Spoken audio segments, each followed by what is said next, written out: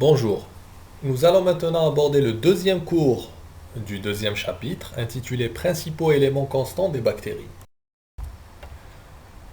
Commençons par la paroi. La paroi est la couche qui est tout à fait à l'extérieur de la cellule. C'est une enveloppe rigide qui entoure la bactérie. Cette paroi a plusieurs fonctions, dont deux principales. La première est de conférer la forme à la cellule, et la deuxième est de protéger la bactérie contre le milieu extérieur et contre la pression osmotique. S'il n'y avait pas de paroi, l'eau entrerait facilement dans la cellule et cela éclaterait la bactérie. D'autres fonctions existent également pour la paroi, telles que la mobilité, puisque c'est le siège de la fixation des flagelles, et la perméabilité. La paroi permet de choisir les éléments qui entrent dans la cellule. Pour une paroi à gram positif, par exemple, elle laisse pénétrer l'eau, mais empêche l'alcool de rentrer. Donc elle est imperméable à l'alcool. Il existe deux grands types de parois, la paroi gram positif et la paroi gram négatif. Un des éléments communs entre les deux parois, c'est le peptidoglycane. Cependant, chez les grammes positifs, la couche est épaisse. Par contre, chez les grammes négatifs, la couche est mince.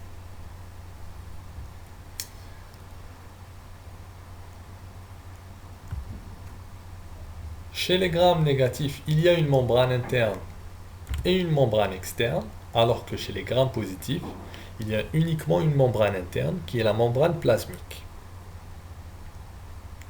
En plus de la membrane externe qui est composée de porine, une protéine de transport, nous retrouvons chez les grammes négatifs les lipoprotéines et les lipopolysaccharides. Chez les grammes positifs, mis à part le peptidoglycane, nous retrouvons uniquement l'acide teichoïque. Donc, en résumé, une bactérie gram positif a une paroi qui est composée de peptidoglycane à 90% et d'acide teichoïque à 10%. Pour les grammes négatifs, c'est un peu plus complexe. Elle est composée d'une membrane externe, de lipopolysaccharides, de lipoprotéines. En plus de tous ces éléments, nous retrouvons l'espace périplasmique, donc c'est l'espace qu'il y a entre la membrane interne et la membrane externe chez les bactéries gram négatifs. Cet espace existe également chez les gram positifs, il est plus petit.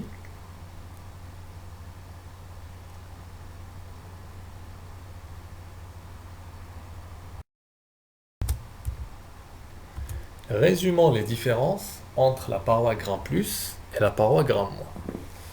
Commençons par le peptidoglycane, appelé également muréine ou mucopeptide. Son rôle est de donner sa rigidité à la paroi, donc sa solidité. Chez les grains plus, il représente 90% de la paroi. Nous avons 10 à 30 couches de peptidoglycane, donc c'est une couche très épaisse, allant de 20 à 80 nanomètres. Par contre, chez les grains moins, la couche est mince, elle est de 2 à 5 nanomètres, ce qui représente 1 à 2 couches de peptidoglycane. Pour les lipopolysaccharides, ils sont absents chez les grains plus. Ils sont uniquement présents chez les grains négatifs. Ils permettent l'attachement sur les surfaces.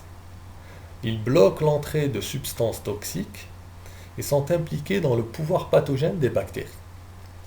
Donc en général, les bactéries gram moins sont plus dangereuses que les gram plus. Cela est lié au lipopolysaccharide.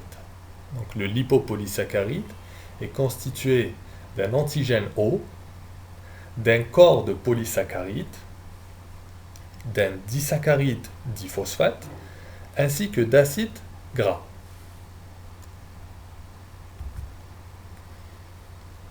Nous avons ensuite l'acide teichoïque ou acide lipoteichoïque, pour être plus précis. Ils sont présents uniquement chez les gram plus, ils représentent l'autre partie de la paroi gram plus, donc les 10% qui restent, et permettent au peptidoglycane de s'attacher à la membrane plasmique. Donc ils permettent de coller le peptidoglycane à la membrane plasmique, tout simplement. Ils sont absents chez les grammes moins.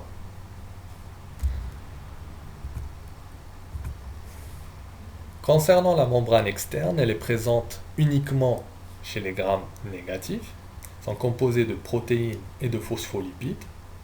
Une de leurs caractéristiques, c'est d'avoir des porines, une protéine de transport spécifique qui n'est pas présente chez la membrane plasmique normale des bactéries.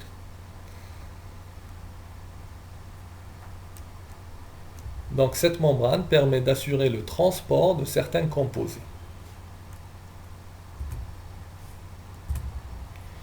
Et enfin, les lipoprotéines, qui sont présentes uniquement chez les grammes négatifs. Donc ce sont des protéines plus des lipides. Ils assurent la cohésion solide de la paroi gram négative. Donc ils permettent de coller tous les éléments de la paroi gram négatif et de les rendre homogènes.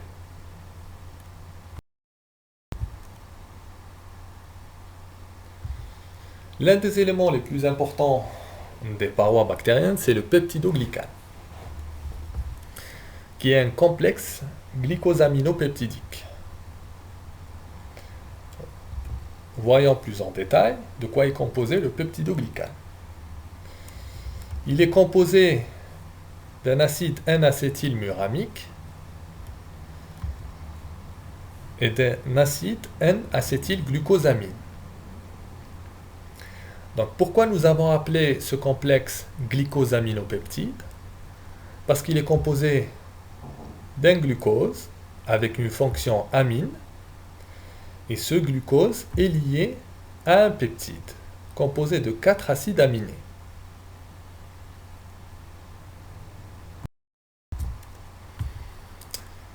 Voyons plus en détail de quoi est composé le peptidoglycane. Il est composé d'un acide N-acétylmuramique et d'un acide N-acétylglucosamine. Ces deux glucosamines sont liées par une liaison osidique ou glucosidique, c'est-à-dire qui existe entre deux sucres. Donc cela va former une chaîne NAM-NAG qui va entourer toute la bactérie. En plus de ces deux éléments, il y a un tétrapeptide, c'est-à-dire 4 acides aminés qui vont être liés au N-acétylmuramique. Uniquement. Une deuxième couche qui est à côté est également composée de la même chose, de N-acétylmuramique et de N-acétylglucosamine. Les N-acétylmuramiques sont liés à 4 acides aminés, donc un tétrapeptide. La liaison se fait au niveau de ces tétrapeptides, grâce à des ponts interpeptidiques. Et cela forme un complexe qui ressemble à un mur. C'est pour cela que le peptidoglycane est appelé également muréine.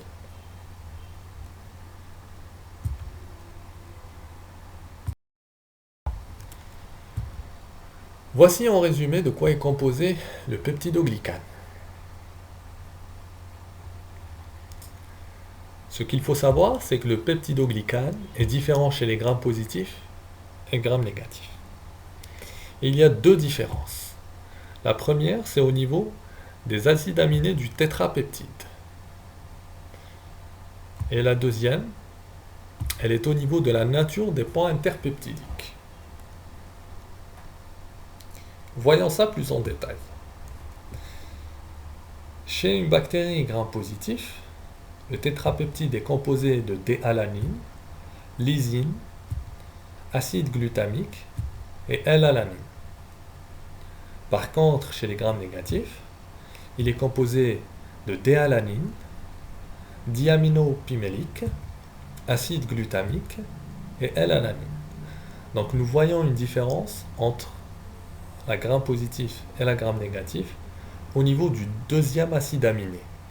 Chez les grammes positifs, il s'agit de la lysine, et chez les grammes négatifs, il s'agit du diaminopimélique. La deuxième différence concerne la nature des ponts interpeptidiques. Donc, chez les grammes négatifs, il y a une liaison peptidique directe, donc une liaison qui existe entre deux acides aminés. Par contre, chez les grammes positifs, il y a un pont interpeptidique composé de 5 molécules de glycine, un acide aminé. Comme on le voit dans les deux cas, le dernier acide aminé d'une chaîne tétrapeptidique est lié à l'avant-dernier acide aminé de la deuxième chaîne. Chez les grammes positifs, il y a un pont interpeptidique entre le déalanine et la lysine. Et chez les grammes négatifs, il y a un pont entre déalanine et diaminopimélique. Certaines bactéries sont atypiques, n'ont pas une paroi ni gram positif ni gram négatif. Donc chez la plupart des bactéries, nous retrouvons une paroi, soit gram positif, soit gram négatif. C'est pour cela qu'on considère la paroi comme un élément constant.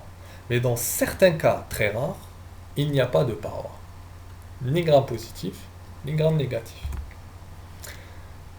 Le premier cas, c'est les mycoplasmes. Donc, les bactéries du genre Mycoplasma, de la classe des mollicotes, n'ont pas de paroi. Donc, comme vous le voyez à l'image, elles n'ont pas de forme définie due à l'absence de paroi. Le deuxième cas, c'est les archées, ou les archéobactéries, qui ont une paroi, mais dont la composition est différente de celle des grammes plus et grammes moins. Donc elles sont formées soit de glycoprotéines, soit de polysaccharides, soit de pseudo-peptidoglycanes. Donc un complexe qui ressemble au peptidoglycane, mais qui est différent sous certains aspects. Et enfin, nous avons les bactéries du genre Chlamydia, donc, qui n'ont pas de peptidoglycane, et qui contient une deuxième membrane bilipidique externe à la paroi. Donc, la paroi des chlamydia ne correspond ni au gram positif ni au gram négatif. Pour pouvoir observer la paroi, on peut faire appel au microscope électronique qui va nous donner une nette différence entre la paroi gram+, car elle est épaisse, elle a une taille de 15 à 80 nanomètres, et c'est une paroi homogène. La paroi gram négative est plus fine, elle va de 6 à 15 nanomètres et elle est hétérogène.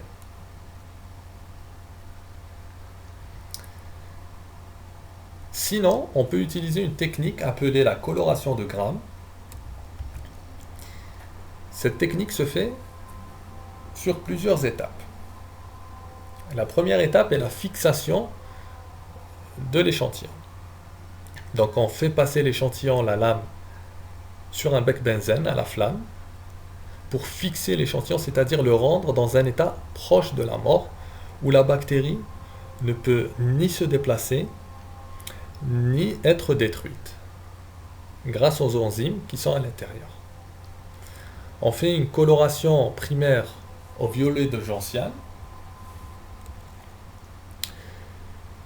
puis on rince, puis on fait un mordançage au Lugol. Ce mordançage va permettre de fixer le colorant, et ensuite on fait une décoloration à l'éthanol, donc à l'alcool.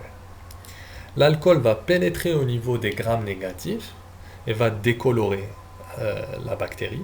Par contre, chez les grammes positifs, l'alcool ne pénètre pas, car il y a une couche épaisse de peptidoglycane qui va empêcher l'entrée de l'alcool. On rince, et on fait une dernière coloration à la fuchsine qui va colorer les bactéries en rose.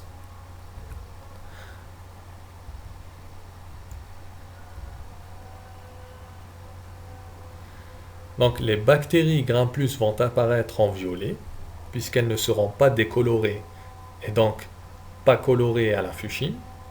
Et les grammes négatifs vont être colorés en rose grâce à la fuchsine. Passons maintenant à la membrane plasmique.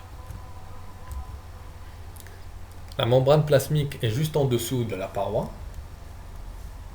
Elle limite le cytoplasme de la bactérie et sépare l'intérieur de l'extérieur. La membrane plasmique a plusieurs fonctions. Premièrement, c'est le lieu de la respiration bactérienne et de la synthèse de l'ATP. Deuxièmement, elle permet le transfert et le transport de substances entre l'intérieur et l'extérieur de la bactérie. La membrane plasmique a également d'autres rôles, tels que la concentration de certains composés et l'excrétion de déchets cellulaires.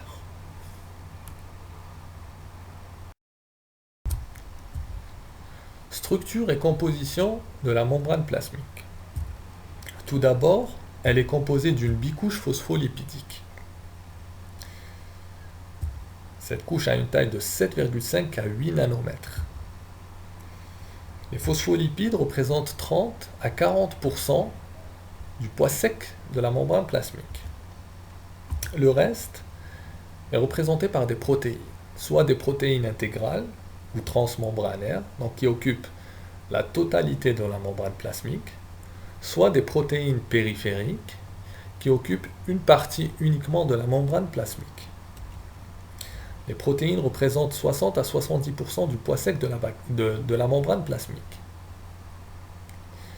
En plus des phospholipides et des protéines, la membrane plasmique contient des enzymes et des coenzymes de la chaîne respiratoire et d'autres enzymes qui vont servir à la réplication de l'ADN ou à la synthèse de lipides.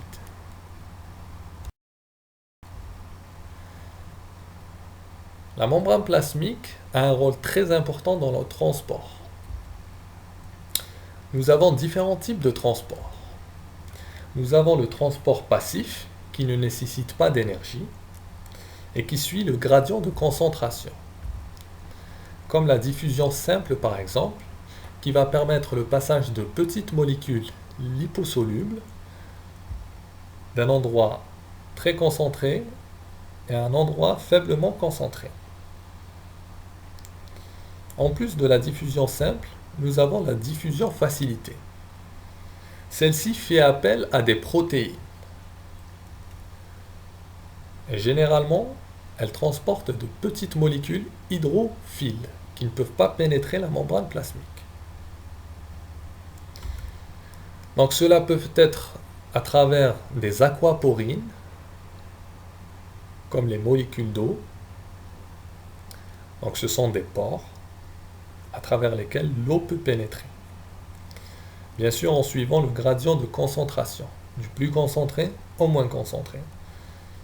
Soit en utilisant des protéines qui changent de conformation, c'est-à-dire qui vont se tourner de l'intérieur vers l'extérieur, ou de l'extérieur vers l'intérieur, en suivant toujours le gradient de concentration. Le deuxième type de transport est le transport actif. Le transport actif fait appel aux protéines de transport, mais également à de l'énergie, l'ATP.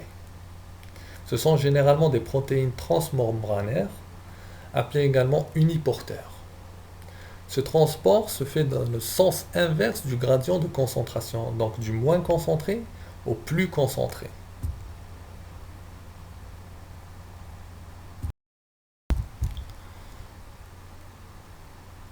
Passons maintenant au cytoplasme.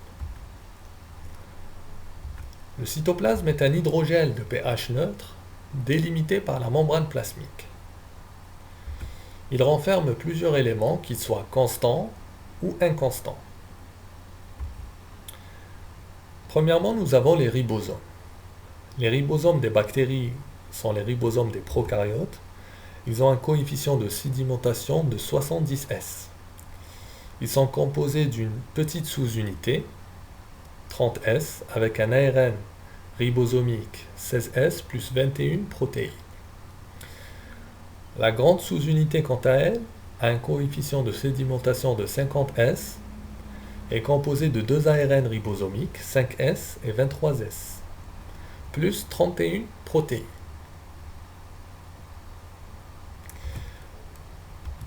Le rôle de ces ribosomes est la traduction d'un ARN messager en acide aminé, donc en protéines.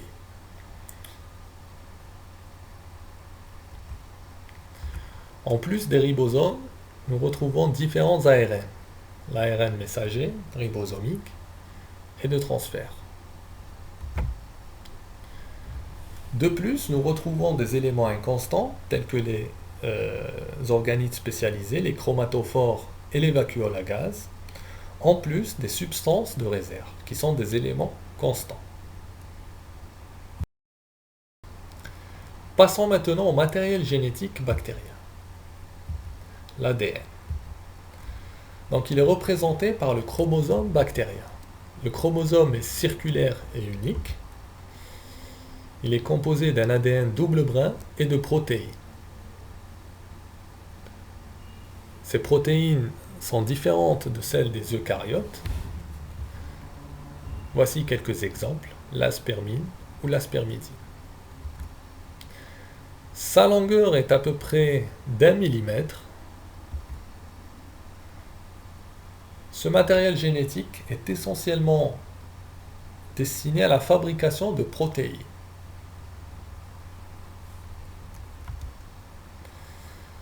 Certaines bactéries, en plus du chromosome, ont un ADN extrachromosomique appelé plasmide. Ce plasmide est un élément inconstant qui n'est pas retrouvé chez toutes les bactéries. C'est un ADN double brin, généralement circulaire et transmissible, qui lui permet une meilleure adaptation à son environnement. Ce plasmide a plusieurs rôles dans la résistance aux antibiotiques, la résistance aux métaux lourds, mais a également un rôle pathogène dans la production de substances toxiques et des facteurs de colonisation qui vont permettre l'attachement des bactéries sur leur hôte.